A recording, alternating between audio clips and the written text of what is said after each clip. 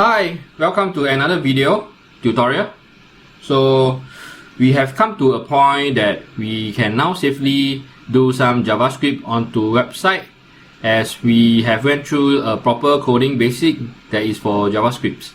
So we can now start with doing things like interacting with websites, change CSS, adding content to web page, having cool effects, etc.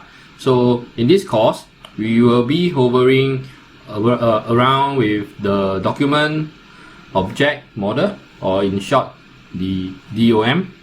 So basically beautifying the web page with JavaScript, making it more interactive.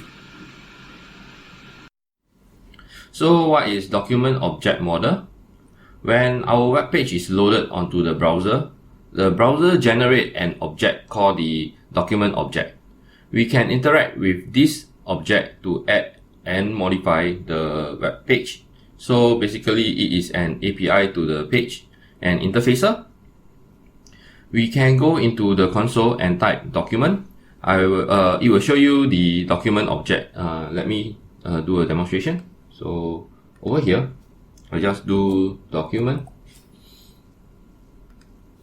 press enter, and it will show you.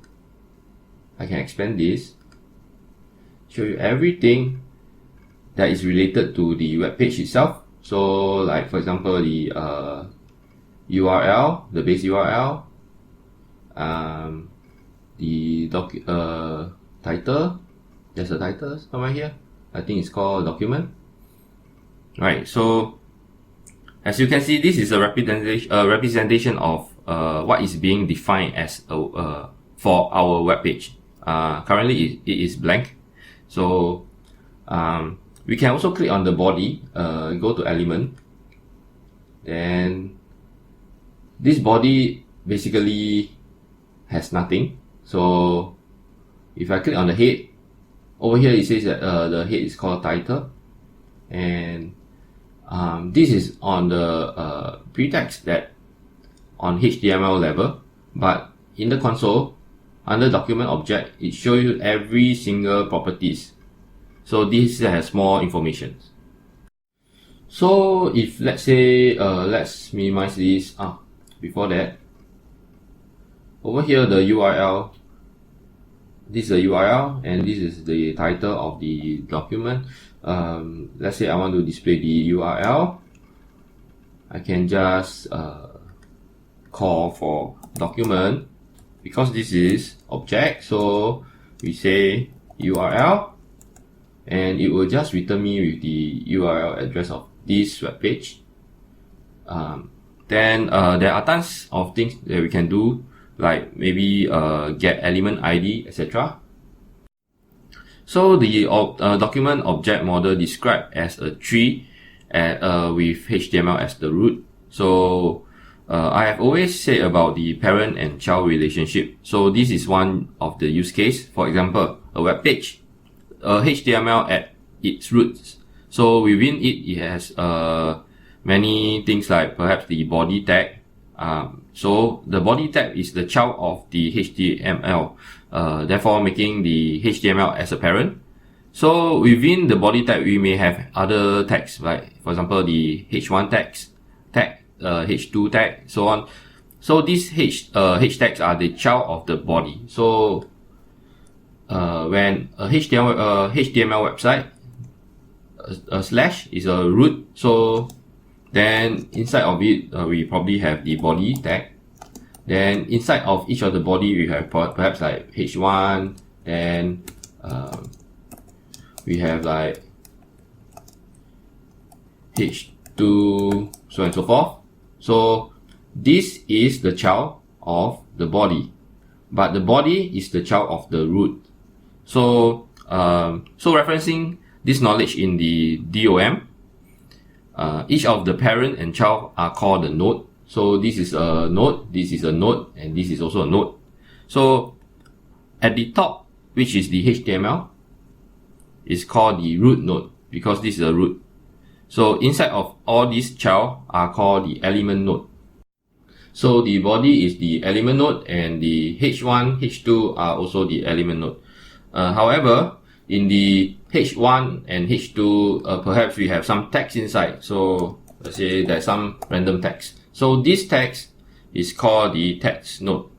So why am I telling you all this? Because when we work with JavaScript, we reach into each of these specific nodes to do the modification of the content on the fly. Just like all APIs, we can do a query to it, which will return us a set of results that we can then decide what to do with it. So this goes the same with the DOM. So now I'm going to show you how to do the query selector. Alright, before that, let's go into our index.html to add some modification to the body. So let's add under here. So we give it some parameters like h1. Alright, why not just h1? Enter. And then I say this is my web page. Alright, so under this we give a div. Alright, so within this we give ourselves p tag. Alright, so first p tag I say hello world. Then another p tag I say hi there, and perhaps another one for later on we have something to show. So p tag again. So this time round I say this is an error message.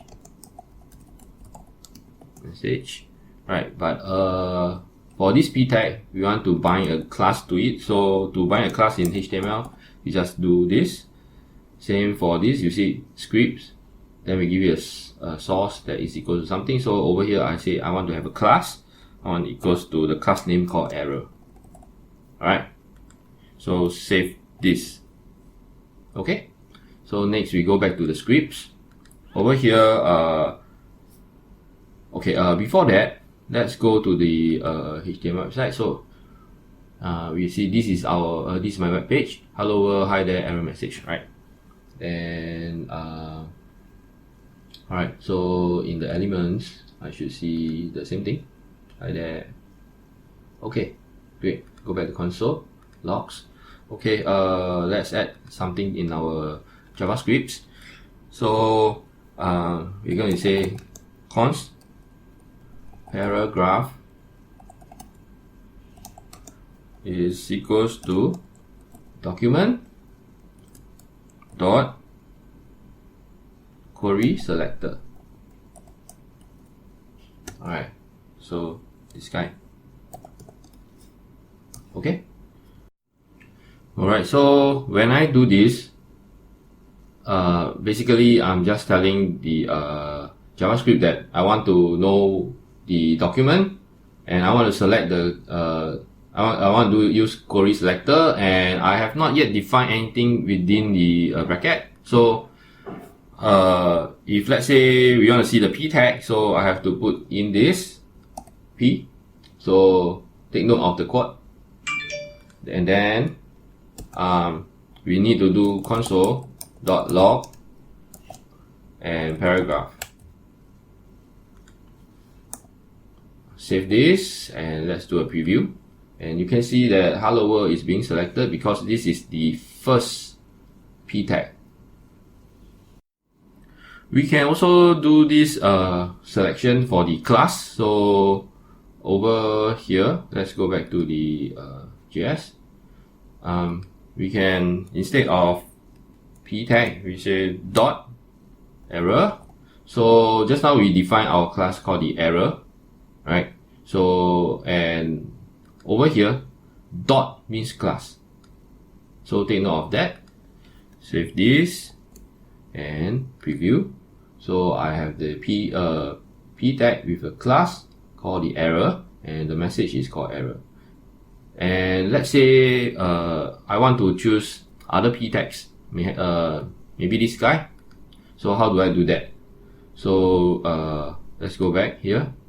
We can use the query selector or to choose that. So let's do p tag, and there's one more called all, right? So but there's a condition. I have to put in the position of the is like an array. So over here in our index.html, I have 1 and 2. So previously we've gone through that before. The number 1 position is noted as 0. Number 2 position is noted as 1. So same goes for here. If I want to see the high there, I need to set position 1. Save this. Goes back here, so I'll get the high there. So if I want to see hello world again, I have to set to position 0. Let's just prove this. Save it. And hello world. So how about I want to see all of the p tags. All I can do right now is to remove the square brackets and the value inside. I save this, and you see that this is called a node list. It is something like an array, but it's not an array. However, you can cycle through the node list using for each. This is one way to show all of them. The other way will be using for each. So let me just show you. So we can say that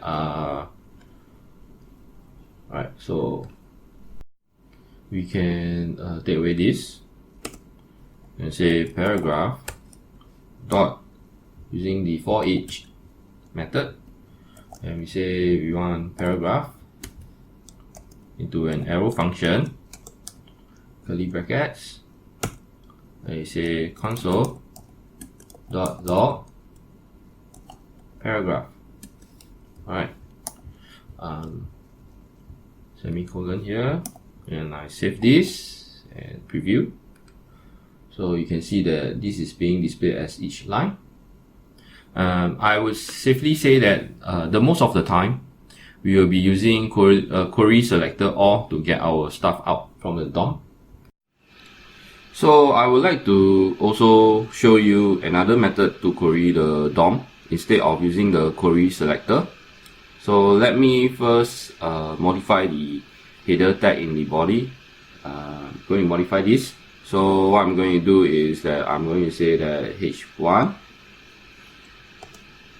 id is equals to my dash title. Alright, then this will be the message. Next, let me save this first. Save. Then next, in JavaScript, we will be using get method by id. So I will first declare constant result is equals to document dot get element id, this, and then I'm going to specify just now. I say it's called my title, right? Okay. So next we're going to output it. So console dot log result. Save this and let's go to web page, and you can see that it's being grabbed by the ID because we have requested it to grab by the ID. The second method will be how to query by the class name. So let me show you a demo. So over here we have a class name called the error, which is over here. So let's go back to the script and let's modify this. So dot, we will do get element by class name. Take note of the elements. This is an S. So over here I put error. Save this and let's go to, okay, over here you can see this is an HTML collection. So inside this HTML collection there is one item, and this item class is error and the message is error message. So like I say, take note of the get elements is a plural, so it grabs all the classes name with error in it. So if my HTML has the multiple error tags, it will show here. And another thing you need to take note of is that this is a HTML collection. Unlike node list, we cannot do for each. I will show you, I'll list down the methods that node list can do and HTML collection can do. So let me just copy this. Alright, so for node list, you can use all these methods, and for HTML, you can only use these methods. Give it a pause for a while for you to copy it down. And so we come to the third method, which is grabbed by the tag name. So method by tag. So I'm just going to show you what we have. So over here, let's say we want to capture the h1 tag. So from this, let me just modify it. I'll say get element document dot get element by tag name bracket h1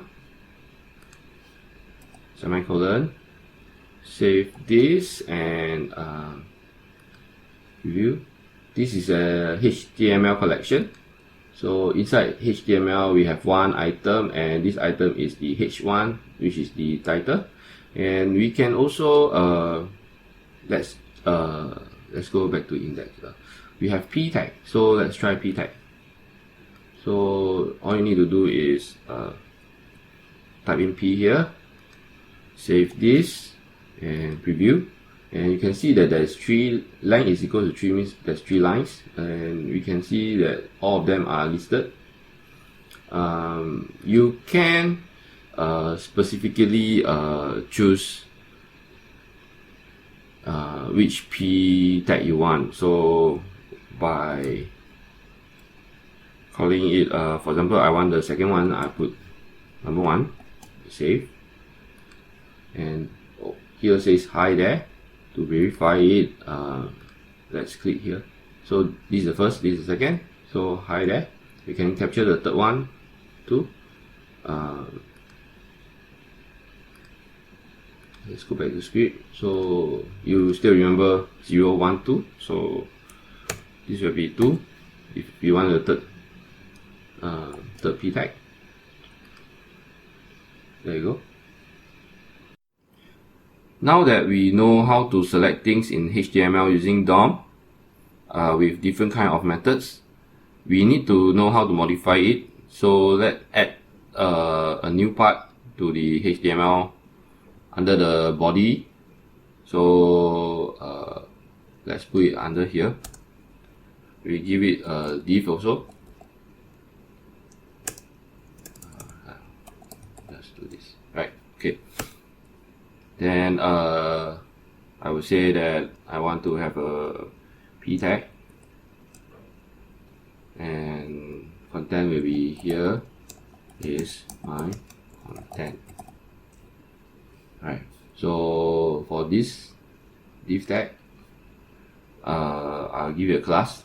So let's say class is equals to my content. Alright. Okay, check and save. Alright, so go back to the script. So over here, just let's remove this. Take away these two. So now I have 2 div. As you can see, I have a div 1 and div 2. Div 1 and div 2. Right. Okay.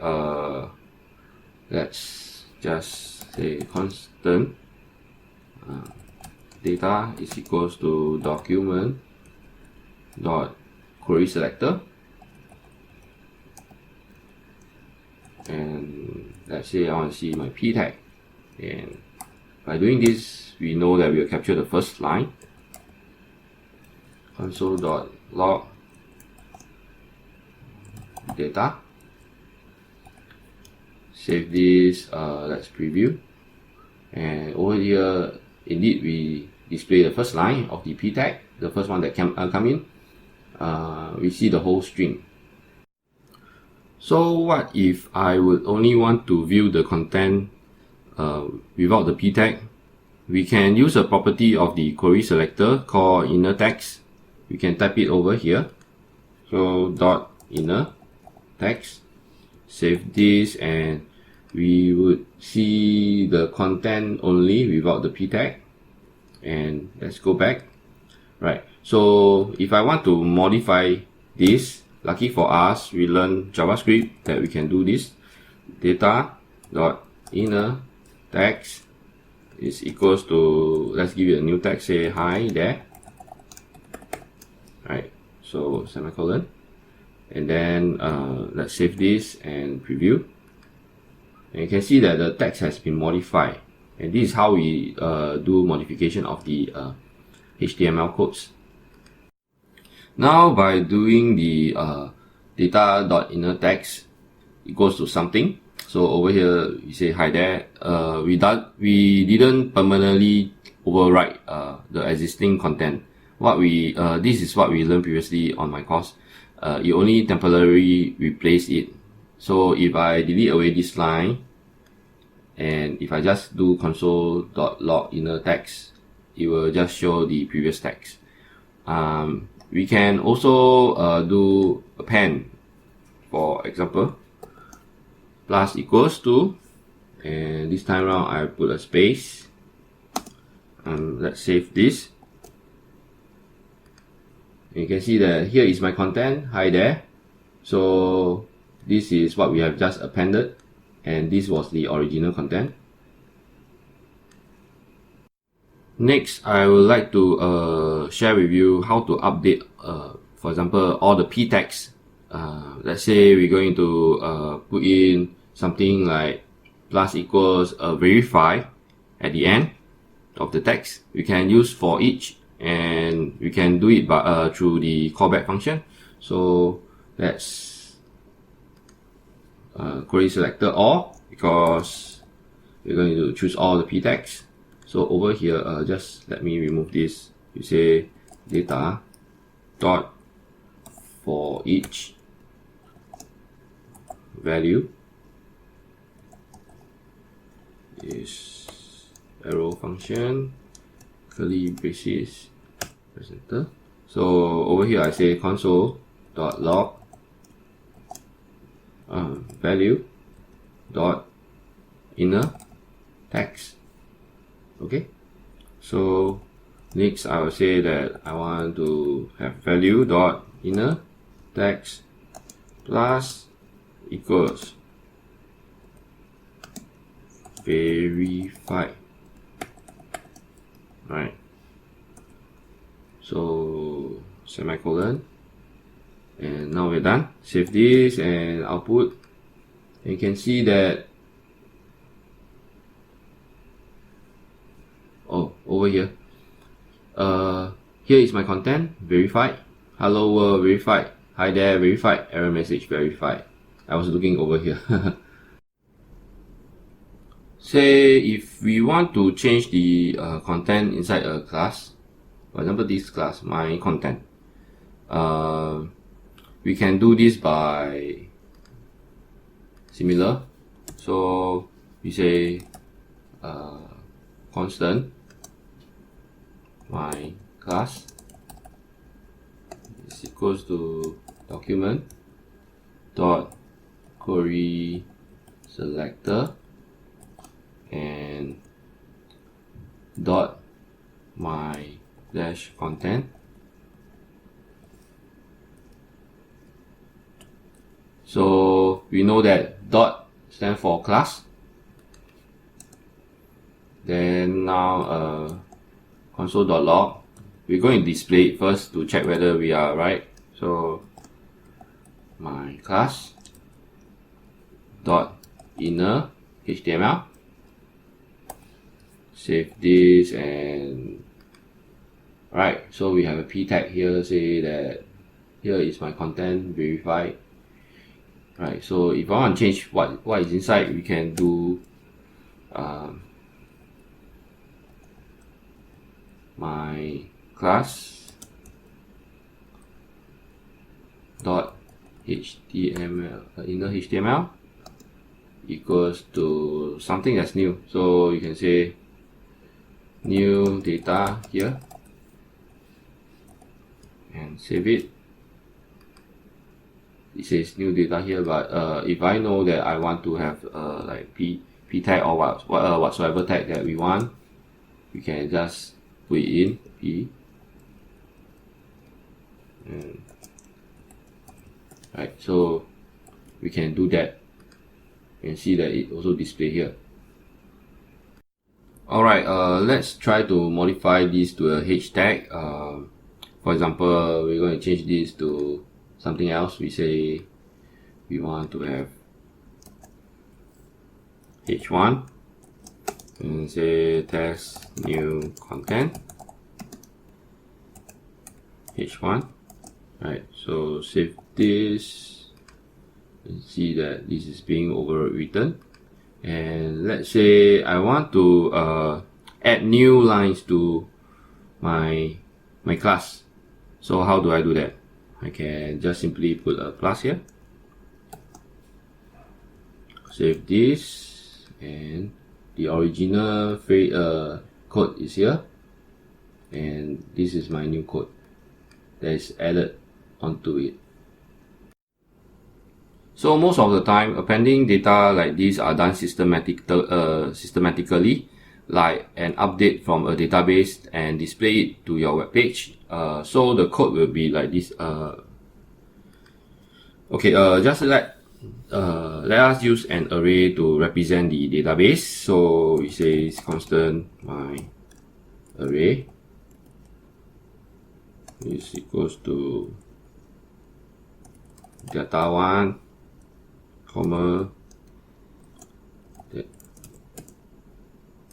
data2, comma data3. Alright.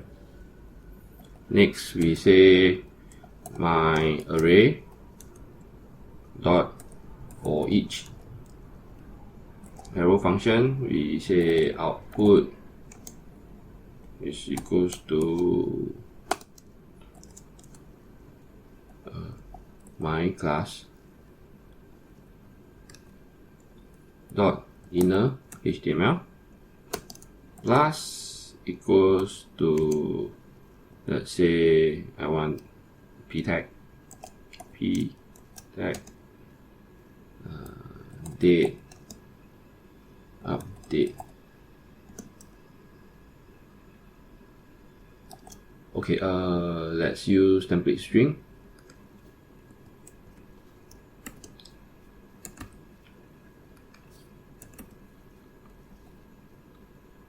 And I want to show the output. So output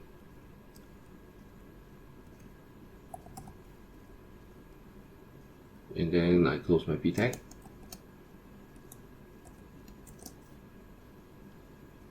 Semicolon, save this and preview. And you can see over here that these are being updated. Next, I would like to go through a bit on setting the attributes. So we are going to modify something inside the HTML code. So over here, let's do a reference. So a reference, I will say I want https://www.youtube.com. So the name I'm going to give here is YouTube. Right. Okay, then right below this, I say I want another div. So another error message. Okay, so this will be a class. So class is equals to error. Right.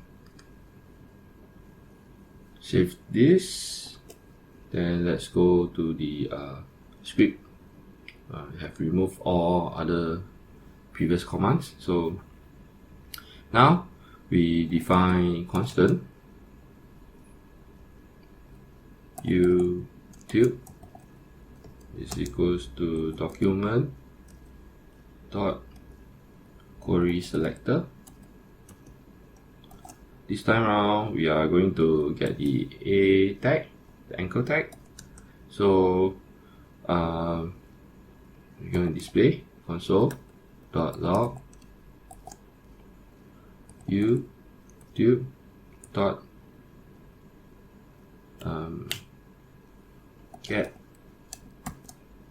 attributes,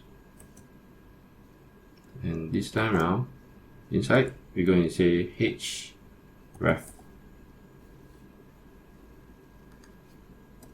Right, so save this and preview. And you can see that over here we can see what is inside the content of the A anchor tag. So mouse over this, you can see that it's to http youtube.com. I can click to verify, and indeed we go to YouTube. Right, let's go back. Okay, so now if I want to change the attribute, I can use the set command by over here. We can say now we want YouTube dot set attributes. We want to set the href, then give a comma. Then I say that I want to change the web page to https://www.google.com this time. And I do a save, and let's go over here, and you can see that now it's called google.com, although it's being displayed as YouTube, but if you mouse over it, it says google.com. Click to verify, and there we go, google.com. So it is kind of weird with the text saying YouTube, but when you click on the link, it goes to the google.com. So we have just practiced this, so we're going to change the name. So over here you're going to say that YouTube dot inner text, and this time around we're going to say equals to Google. Save this and preview, and this time around YouTube have changed to Google, and it is really Google now. We can do the same for class. So for example, first let's move this up, because we have another class here with the same name called error. I do not want to confuse you, so I move this up, save this, and then let's clear all this. So this time around I'm going to say const new text is equals to document dot query selector, and I look for div. Next I say console.log new text dot get attribute, and I look for class. Semicolon, save this and preview, and we have a class called error, which is true. So we also can modify it. So you can say new text dot set attribute class, comma, change to new error. Alright, save, and now we have a new class called new error. Do take note that what we have done so far was to modify existing code. So let's say if we want to insert new code, we can do that by adding new lines. I'm going to show you an example that I'm going to change the another error message text to red. So let's go back to our JavaScript, new line, copy the whole code, paste it down. Over here, I'm going to type style, and for the new style, I'm going to give it a red tint. So color red. Save this and preview, and you can see that we can add in more lines for your customization. We do not just modify a single line of code, but we can add more and more lines to each of the attributes that you want. With all this said, so we have come to the end of part 1 of the DOM. We will continue part 2 of DOM in our next lesson. Do subscribe and comment, of course, and like. Thank you for your support.